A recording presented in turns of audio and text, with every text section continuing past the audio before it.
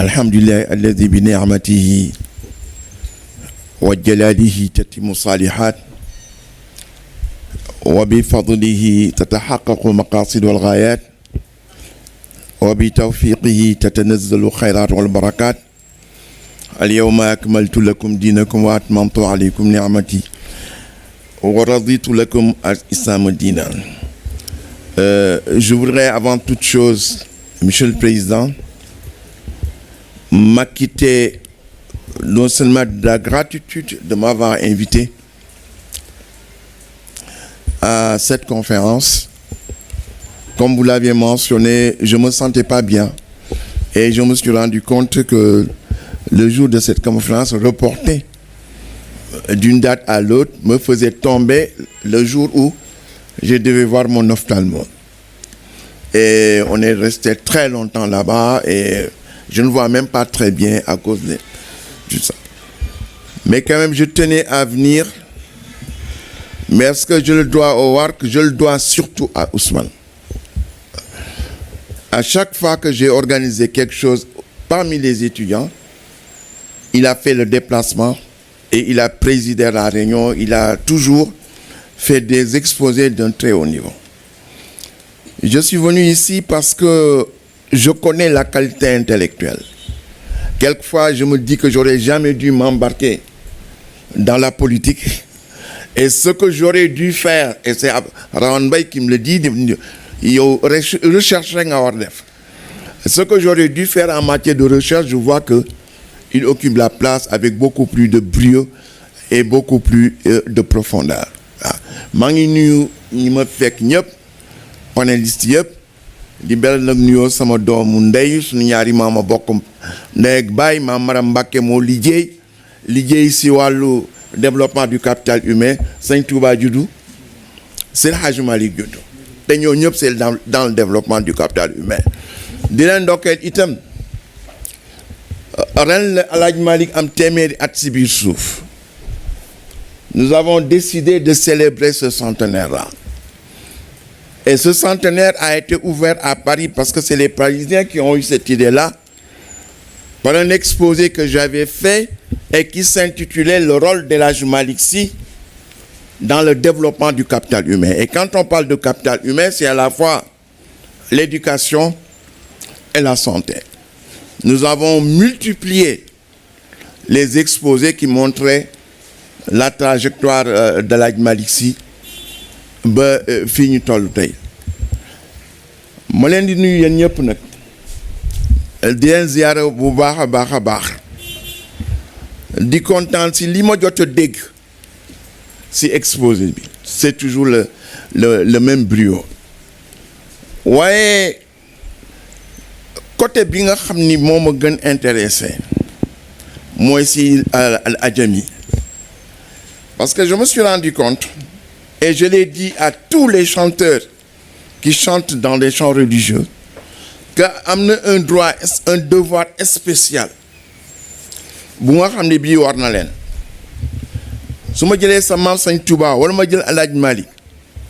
ils ont excellé dans une langue qui n'est pas leur langue maternelle. Et c'est extraordinaire. Ils ont tellement excellé, ils ont ébloui les gens qui ont ces langues-là comme langue maternelle.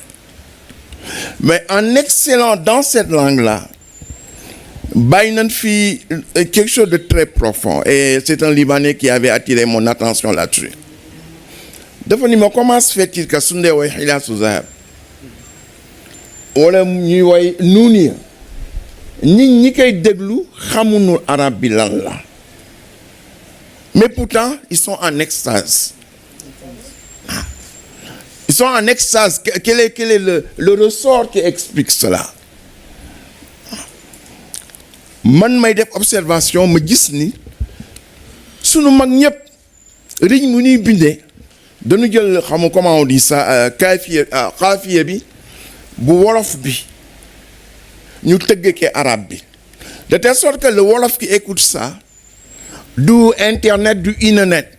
internet extra mais c'est internet am na lu nga xam ne mi ngi si way bi bu bokk si moom même su déggul arabe am na lu yëngal deretam ba mu jóg di feetoo waaw te loolu Senghor moo ko jëkk percevoir Senghor en 1948 a organisé bi mu paree jàngam une conférence à la chambre de commerce de Dakar il a dit que moom day jël le rythme du wolof et du séeréer bind si tubaab mu jël benn bayt benn vers très connu waaw yàgg naa ba si biir kàmb gi fi ma jaar ku fa jaar takk ban mu jël que tatatat tatatat tatatat tatatat tatatat tatatat tatatat tatatat tatatat mais à partir de ce rythme-là mu écrire en français mais il n'a pas réussi mais ñi ko réussir nag mais ñi nga xam ni ñoo amoon la double culture di bind en arabe waaye le nègre ou l'africain qui am na leneen luy yëngal deretam loolu di yëngal deretam nag bokk ci arabe yi mais ci moom la bokk et j'ai demandé que profiter du centenaire de l'Hadji Malick Sy pour mieux étudier ce phénomène-là qui est un phénomène extraordinaire. L'autre phénomène, c'est que en s'imprégnant de la littérature arabe, les grands hommes ont laissé ici une littérature wolof extrêmement riche. wolofal yi nekk si waa commencé waa yi nekk si suñu maam Ibrahima Niass bi nekk si Hadji Malick bàyyi fii si doomam yi sama papa daf ma daan wax toujours woy wi sëñ Abdou woy sa maam sëñ Babacar mu ni ma ñu bare foofu la leen naxee xoolal ni mu constitué woy wi am na ay parti arabe am na ay parti yaa waarisal xutbi ak maamam te wuutu sa baay yaa waarisal xutbi arabe la ak maamam te wuutu sa baay wolof la cheikhul machaayixi fil islami duna faxar soo jëlee point bi c'est d'une beauté extraordinaire parti arabe bi ça bare aussi mais sëñ Abdou ni mu tëggee woy bi la profondeur de la langue arabe ce genre de woy aussi day daaneel ñi yëpp suñ commencé di ko woy mais ñëppay daanu si soor moo wax nag woykat yi profiter du centenaire de l'Hadji Malick Sy dagale wolofal yu nga xam ni ñi ngi si xadara yi ñu fu woy sëñ Abdou yi sëñ Adi Touré woy yi Cheikh Gassama woy ñu dagale yëpp c'est purement en arabe et c'est d'une richesse man dama ni woy yooyu dañ ko war di jàngale dans les lycées waxuma rek dans les daara de mais dans les lycées parce que ay Lamartine Chateaubriand yooyu yóbbulu leen dara y a des woy yu nga xam ni consacré à sëñ Babacar ñoom Cheikh Tidiane Thioune woy ak ñoom Bachirou Thioune c'est une famille qui habitait Thiès mais gis nga quelques années après ñun bi ñu nekkee xale dañ ko daan photo mais léegi bi nga amee ta trajectoire intellectuelle nga delluwaat si woy yooyu di ko déglu mais c'est d'une richesse incroyable du point de vue même morphologique du point de vue syntaxique du point de vue de la profondeur et de la réflexion et ñun li ñu wax rek c'est que mag ñi fi ñu déparé wa allama adama asmaa kullaha summa aradahum ala al-malaa'ikati fa qaala anbi'uni bi asmaa'i haa'ulaa'i in kuntum sadiqin inni jaa'ilun fi l-ardi xalifa qaalu ataj'alu fiha man yufsidu fiha wa yafsiku d-dimaa wa nahnu nusabbihu bihamdika wa nuqaddisu laka qaala inni a'lamu ma la ta'lamun. Ce fameux débat entre Allah et les malaïkas, Allah a demandé aux malaïkas de se prosterner pour l'être humain. Ils ont refusé. Il y a eu une vraie révolte. daal di mais pourquoi on a vu si lawhul mahfouz que kii nga bëgg bind bëgg ko def suñu chef lu mu yàgg ay problème lay indi si réew mi mais yàlla bi mu lay waxee wa allama aadama asmaa kulluha woo malaayika yi ne leen lii lan la mun nu ko wax lii lan la mun nu ko wax lii lan la mun nu ko wax mun doomu aadama kaay doomu aadama ñëw mu ni ko lii lan la mu ni ko lunette lii lan la mu ni ko butéel lii lan la mu ni ko micro wa allama adama asmaa kullaha summa aradahum ala al-malaa'ikati fa qaala anbi'uni bi asmaa'i haa'ulaa'i ñoom ñëpp ils étaient incapables. Donc c'est à travers un débat sur le savoir que l'être humain a eu le dessus sur les malaïkas malgré toutes les qualités que les malaïkas ont eues. Et c'est à partir de cela que la plupart de ce débat-là, que la plupart de nos grands ont développé au sein de leur propre famille et au sein de leur propre khadara quelque chose d'extraordinaire. Et c'est là où je vais terminer. Toute cette semaine, nous avons célébré le centenaire de Seydi Hadji Malick. Donc, on a passé à la radio, à la télévision, la plupart de ses œuvres.